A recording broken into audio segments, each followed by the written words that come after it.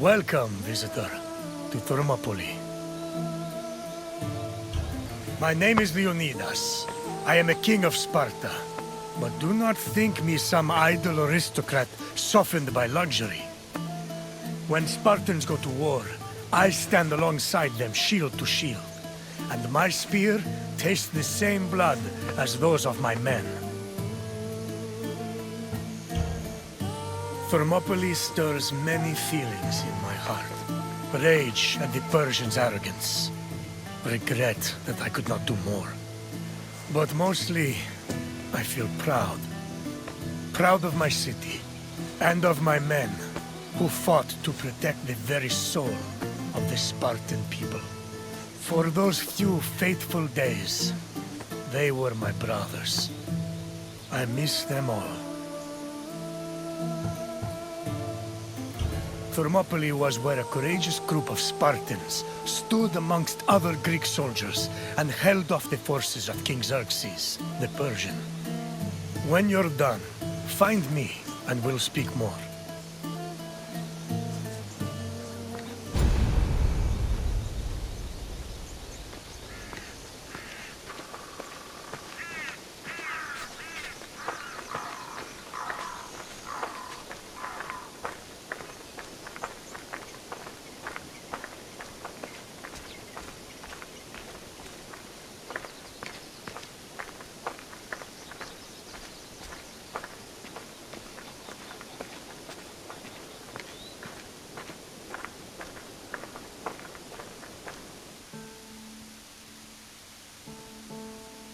The Persian king Darius's cries of rage echoed for years after his humiliating defeat at Marathon.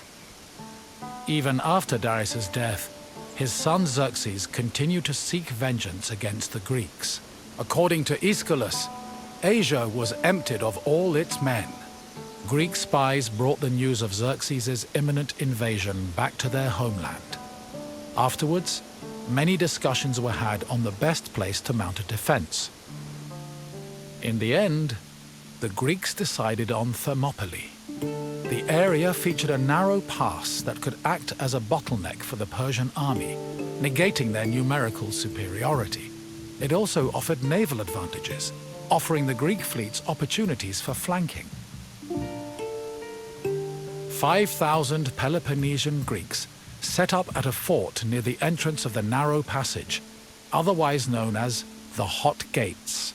Leading them was Leonidas, a Spartan king who prided himself on supposedly being a direct descendant of Heracles. Leonidas was accompanied by several elite soldiers who together made up the famous 300 Spartans.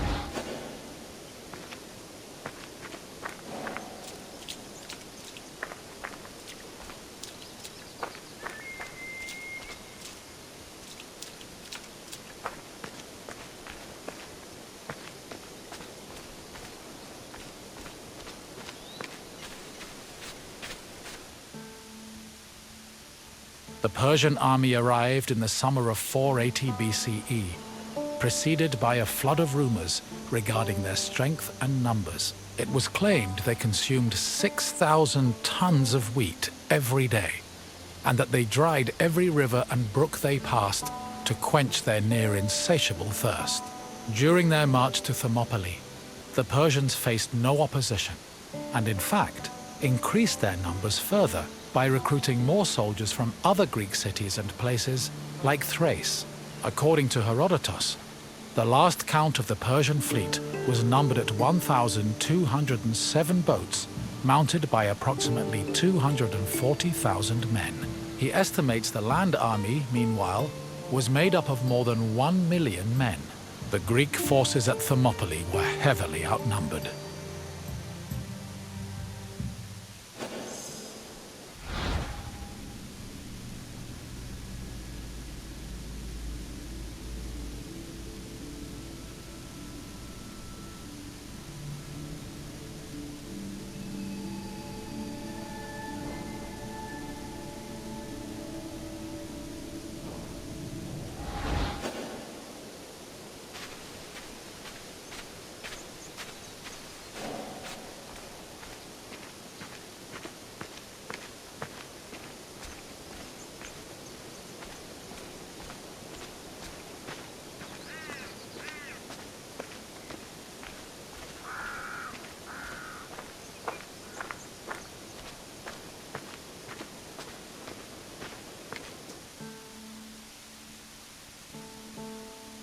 Xerxes believed that at the sight of his massive army, the Greeks at Thermopylae would flee in terror.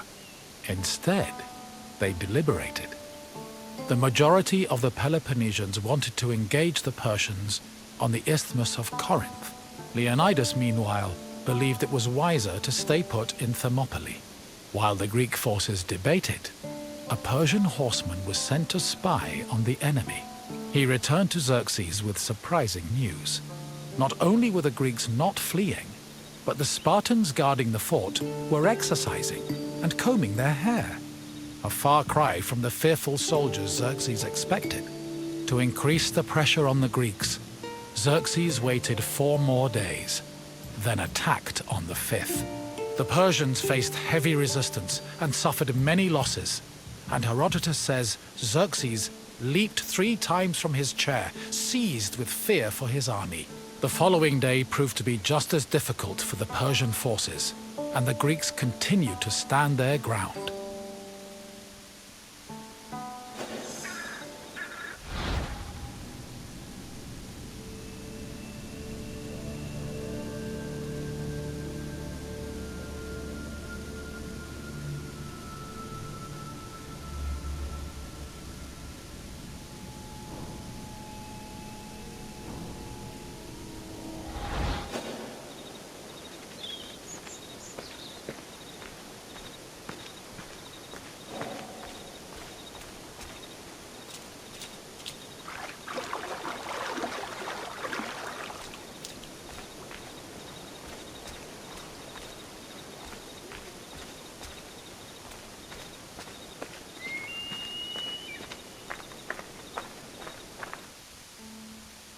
The Persians seemed poised to be held at Thermopylae indefinitely, until an inhabitant from the region came forward with information.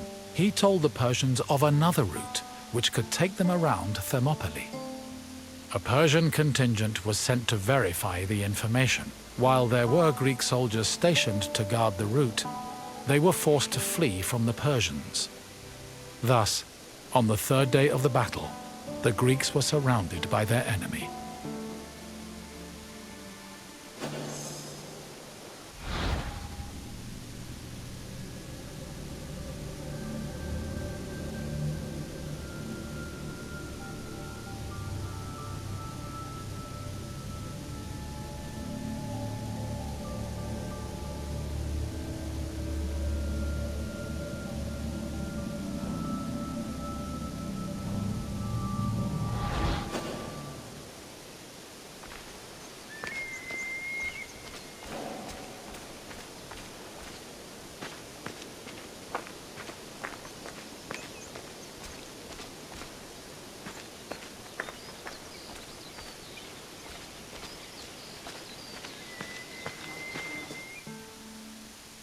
With the Persians both in front of and behind them, the Greek forces at Thermopylae realized they had 2 choices: flee to live another day, or stand and fight till their last breath. Most of the Greeks chose the former option, but some stayed, including Leonidas and his 300 Spartans. For the Spartans, dying a glorious death was one of the highest honors they could achieve. The few members of Leonidas's Spartans who did not participate in the last stand at Thermopylae felt that they had missed an opportunity for honor and either committed suicide or continued living under the mockery and disgust of their fellow citizens. The Spartans' last stand was not only for glory, though. Had they not held off the Persians, the Greeks' retreating forces would probably have been cut down by enemy horsemen.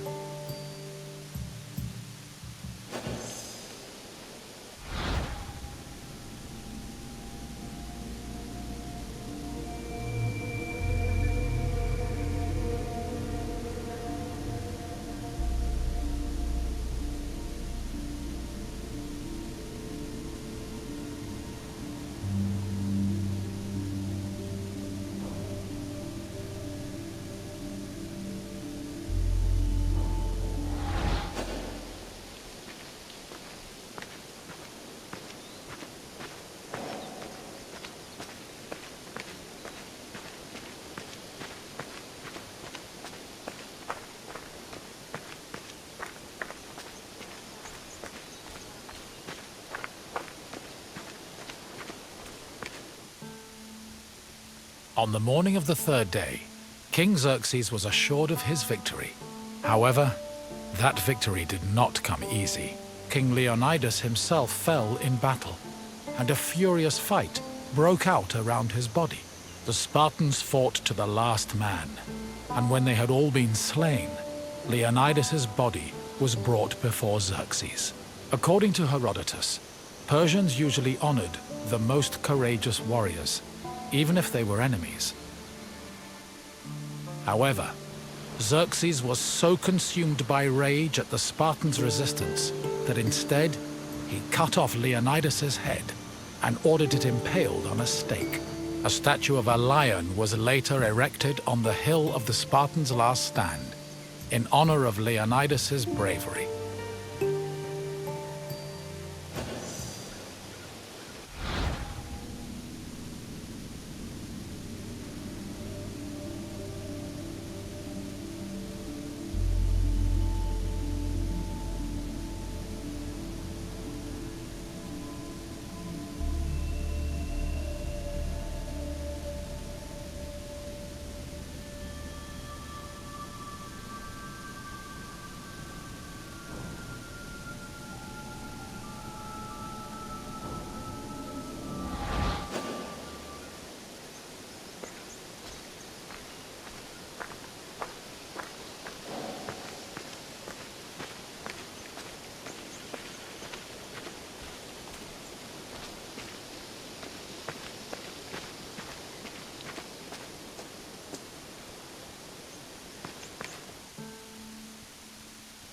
Though they were victorious, the Battle of Thermopylae shook the morale of the Persian army. They had lost thousands of men, while Greek casualties only numbered in the hundreds, and due to the sacrifice of the Spartans, the rest of the Greek army had been able to successfully retreat and regroup. As a result, even as Xerxes set up camp at the foot of Athens' Acropolis, ready to get revenge for his father's humiliating defeat at Marathon, the Persians were more anxious than confident. They were more aware than ever that the Greeks did not fear them and were ready to die defending their land.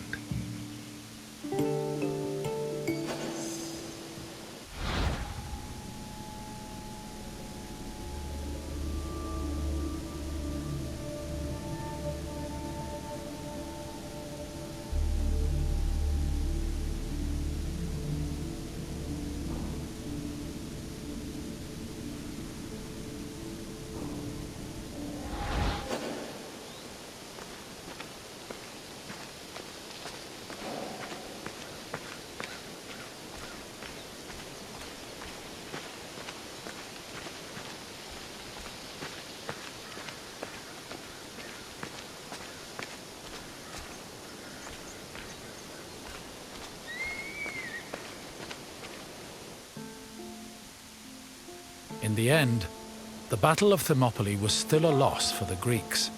However, the battle gave the Greeks a boost in morale that carried them all the way to their decisive victory over the Persians in the Battle of Plataea in 479 BCE. With the war against the Persians finally won, the Greeks were able to honor the sacrifice of Leonidas and his Spartans with memorials and poems, forever solidifying the glory of Sparta's military prowess. The newfound respect for Sparta was noteworthy, because before the war, the city was seen as no more than a bully who forced itself into the affairs of others. Thermopylae changed the opinions of Sparta for the better, and gave them a legitimate claim to be one of Greece's most powerful and influential cities.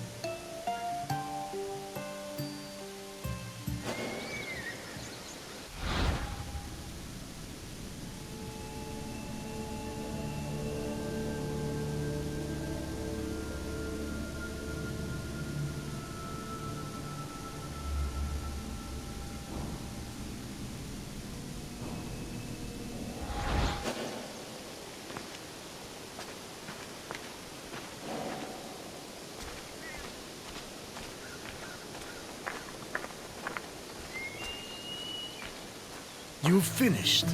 I hope you understand the magnitude of the sacrifices made at Thermopylae. Without them, the Greek people would have surely ended as a footnote in Persian history. Is there something else you'd like to do? If you think you're ready, let's begin. First question. Who was Xerxes' father? Kyros ruled many years before Xerxes. Try again. Artaxerxes was Xerxes' son. Keep trying. Alcibiades was an Athenian politician. Try a different answer. Yes. One of the main reasons Xerxes invaded Greece was to get revenge for Darius's defeat at the Battle of Marathon. Another question for you. Which battle is seen as the final victory against Xerxes' Persian forces? No. Try again. The Battle of Marathon took place long before Xerxes invaded. Try another answer. The Battle of Salamis ended with an impressive Greek victory, but it did not send the Persians home. Keep trying. Correct. The Battle of Plataea helped put an end to Xerxes' invasion. One last question. How many Spartans fought at the Battle of Thermopylae? No, that would not have been enough. Keep trying. 30 Spartans against an army of Persians makes for an exciting story, but also one that is untrue. Try again. No, if that were true, we would not have lost. Try a different answer.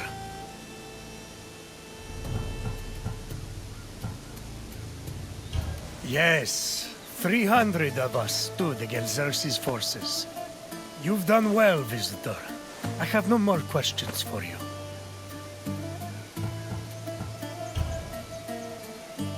Farewell, visitor.